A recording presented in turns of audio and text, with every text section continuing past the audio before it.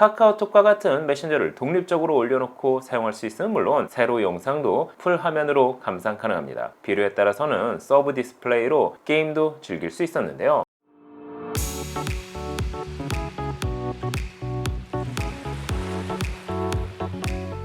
안녕하세요. 세상 모든 노트북 리뷰 잘 오셨습니다. 여기는 말방구 실험실입니다.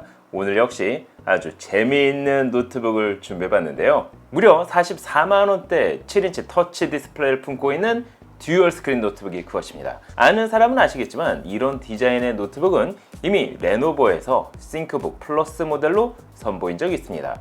물론 전체적인 비율과 사이즈가 다르기 때문에 기존 짝퉁 노트북처럼 카피 제품이라고 보기에는 다소 무리수가 있습니다. 하지만 정말 닮아있는 건 기분 탓.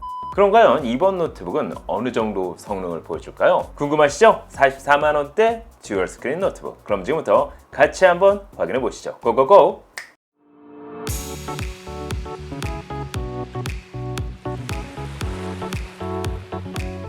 자, 오늘 준비한 제품은 중국에서 약 44만원대에 판매가 되고 있는 듀얼 스크린 노트북이 그것입니다. 이번 제품 역시 정확한 제품명이 나와 있지 않습니다. 다만 NWN 랩이라는 브랜드 이름만 나와 있을 뿐입니다. 참고로 지난번 45만원대 기계식 키보드 노트북도 해당 브랜드 제품입니다. 보통 40만원대 대부분의 중저가형 노트북은 플라스틱 소재를 사용, 원가 절감을 하지만 이번 노트북은 상판을 메탈 소재를 사용 가격 대비 고급스러움을 더했습니다. 다만 하판은 상판의 메탈 컬러와 흡사한 플라스틱 소재를 사용했습니다. 또한 제품의 로고 및 관련 문구도 없다 보니 오히려 더 깔끔한 느낌이 들었습니다. 전체적인 사이즈는 355mm, 218mm, 두께는 17mm, 거기에 중량은 약 1.48kg으로 휴대가 가능할 뿐만 아니라 기본 구성품으로 마치 레노버 싱크패드에서 디자인한 것 같은 느낌의 파우치를 제공하고 있다는 점 역시 마음에 들었습니다. 이건 뭐 보면 볼수록 레노버 짜 함께 제공되는 구성품을 보면 전용 스타일러스 펜을 시작으로 게이밍 마우스, 마우스패드, 유선 램프트는 물론 한글 스티커 역시 받을 수 있습니다. 거기에 얇은 사용 설명서 및 전용 어댑터 역시 제공됩니다. 이번 노트북의 가장 큰 특징이라고 한다면 15.6인치 메인 디스플레이와 함께 키보드 측면 7인치 태블릿 사이즈의 디스플레이를 포함 총 2개의 화면을 동시에 출력할 수 있다는 점이 아닌가 싶습니다. 그럼 실제 디스플레이 품질은 어떨까요? 그래서 보유하고 있는 장비로 직접 측정해봤습니다. 메인 디스플레이는 15.6인치 이노룩스에서 제작한 IPS LCD 패널이 사용됐습니다. 16대 9 화면비, FHD 해상도에 주사율은 60Hz, 밝기는 250니트,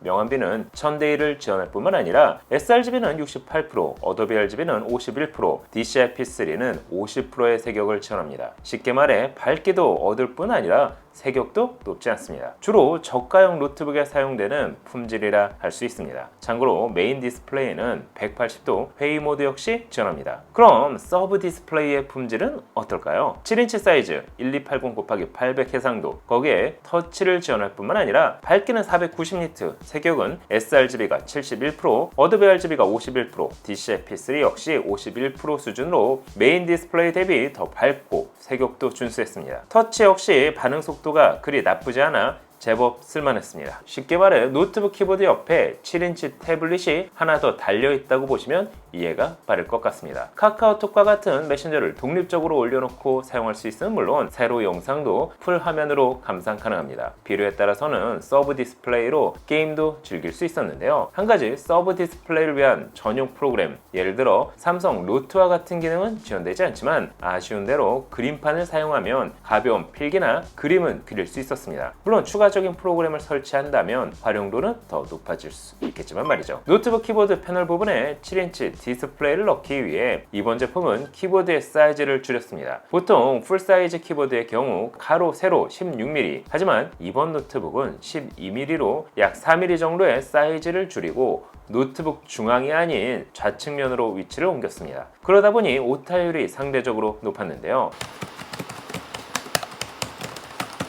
가격 대비 나름 RGB 백라이트도 지원한다는 점과 키보드를 줄인 공간에 상대적으로 사이즈를 키운 터치패드가 있다는 점은 마음에 들었습니다. 특히나 터치패드 좌측 상단에는 지문인식 센서를 지원, 윈도우 헬로를 통한 잠금 해제 역시 가능했습니다. 노트북 하단에 내장된 웹캠을 필요에 따라 부착해서 사용할 수 있습니다. 따라서 웹캠을 통한 해킹을 물리적으로 사전에 차단할 수 있다는 장점을 가지고 있습니다. 그럼 이번 노트북의 하드웨어 스펙은 어떨까요? 노트북의 심장이라고 할 수 있는 프로세서는 인텔 셀러론 N5105가 사용됐습니다. 역시나 지난번 기계식 키보드 노트북과 같은 프로세서가 사용됐는데요. 그래픽 카드는 내장형 인텔 UHD 그래픽스를 탑재했습니다. 램은 2666MHz를 지원하는 DDR4 16GB가 사용됐습니다. 다만 아쉬운 건 듀얼 채널 구성이 아닌 싱글 채널 구성, 거기에 추가 슬롯이 없어 확장이 불가능하다는 점입니다. 스토리지는 SATA 방식의 M.2 SSD 128GB가 탑재됐습니다. 읽기는 545, 쓰기는 459 정도의 속도를 보여줍니다. 노트북 합판에 보면 쉽게 SSD를 교체할 수 있도록 디자인됐지만 슬롯이 하나다 보니 업그레이드를 위해서는 기존 SSD를 제거한 다음 윈도우를 새로 설치해줘야 한다는 번거로움이 있습니다. 이 정도면 스토리지 없이 업그레이드가 안 된다고 보시는 게 맞는 것 같습니다. 기본 옵션 기준 프로세서의 성능을 테스트해봤습니다. 가장 보편적으로 사용되는 시네벤치 R23의 경우 멀티코어는 1939점, 싱글코어는 544점을 보여줬습니다. 이 정도면 인텔 셀러론 N5105의 성능을 풀로 사용하고 있다고 봐도 과언이 아닌 것 같습니다. 지난번 동일한 기계식 키보드 노트북과 비교하면 거의 40% 이상의 성능 차이를 보여주기 때문이죠. 그래픽 성능도 테스트해봤습니다. 3D 마크 파이어 스트라이크의 경우 총점 894점, 싱글코어는 952점을 보여줬습니다. 지난번 노트북과 성능 비교를 위해 시네벤치 R15의 오픈GL도 테스트해봤습니다. 그 결과 30.67프레임으로 기계식 키보드 노트북 18.59프레임 대비 65% 이상의 성능 차이를 보여줬습니다. 따라서 이번 노트북은 해당 스펙에 맞는 성능을 보여준다 할 수 있습니다. 개인적으로 셀러론 N5105 프로세서를 추천하지는 않지만 이 정도 성능이라면 가벼운 웹서핑 및 문서 작업 정도는 충분히 할 수 있어 보입니다. 그럼 혹시 이번 노트북으로 게임도 즐길 수가 있을까요? 그래서 리그 오브 레전드를 낮은 옵션에서 플레이해봤습니다. 그 결과 최소구 평균 33, 최대 44프레임을 보여줬습니다. 그런데 혹시 메인 디스플레이가 아닌 서브 디스플레이로 게임을 한다면 게임 프레임엔 어떤 변화가 있을까요? 그래서 동일한 게임을 동일한 옵션으로 다시 테스트해봤습니다. 그 결과 평균 53프레임으로 조금 더 쾌적한 게임 환경을 보여줬습니다. 하지만 사이즈가 작은 만큼 사실상 게임을 즐기기엔 어려움이 있었습니다. 포트 구성을 보면 왼편에는 USB 3.0 타입 A 포트, 전원 포트, 미니 HDMI 포트, 타입 C 포트와 함께 반대편에는 USB 2.0 포트, 3.5mm 오디오 포트, 마이크로 SD 카드 리더 및 모듈형 웹캠 보관함이 위치하고 있습니다. 기본적으로 외부 디바이스를 사용하기에 불편이 없어 보이지만 풀 사이즈가 아닌 미니 HDMI 포트는 개인적으로 아쉬웠습니다. 배터리는 5000mAh 용량으로 실사용 약 3시간 정도는 사용 가능했습니다. 다만 듀얼 스크린을 탑재한 만큼 어떻게 활용하냐에 따라 사용 시간에는 큰 차이를 보일 수 있습니다. 스피커는 노트북 상단에 1W 출력의 스피커가 양쪽에 스테레오 타입으로 들어가 있습니다. 사운드는 큰 편이지만 음질이 좋은 편은 아니었습니다. 최대 볼륨 시 약간의 노이즈가 있다고 할까요?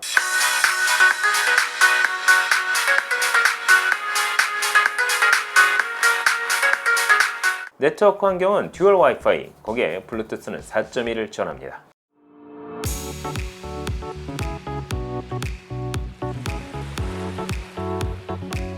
자, 그럼 44만원대 듀얼 스크린 노트북 정리를 한번 해보도록 할까요? 말이 안 되는 가격이죠. 44만원대 듀얼 스크린, 특히나 터치를 지원하는 만큼 독립적인 사용이 가능했습니다. 가장 마음에 드는 부분은 메신저를 따로 빼거나 필요한 폴더를 독립적으로 올려놓고 사용할 수 있기 때문에 업무 효율을 높일 수 있다는 점이었습니다. 성능 역시 기본적인 웹서핑 및 문서 작업을 하기에는 부족해 보이지 않았습니다. 가격이 장점이라면 분명 아쉬운 점도 있었습니다. 인텔 셀러론 N5105와 싱글 채널 램을 사용한 만큼 고사양 프로그램을 구동하기에는 어려웠습니다. 국내에서 AS를 받을 수 없어 제품에 문제가 발생하면 더 이상 사용이 어렵습니다. 44만원대 저렴해 보이는 가격에 듀얼 스크린 노트북을 사용할 수 있다는 점은 좋긴 했지만 단점을 감안한다면 국내에서 판매 중인 가성비 노트북을 구매하시는 게 더 좋은 선택이 될 수 있어 보입니다. 또한 상품 페이지에서는 15.6인치 2K 해상도를 지원한다고 나와 있지만 실제 구매한 제품은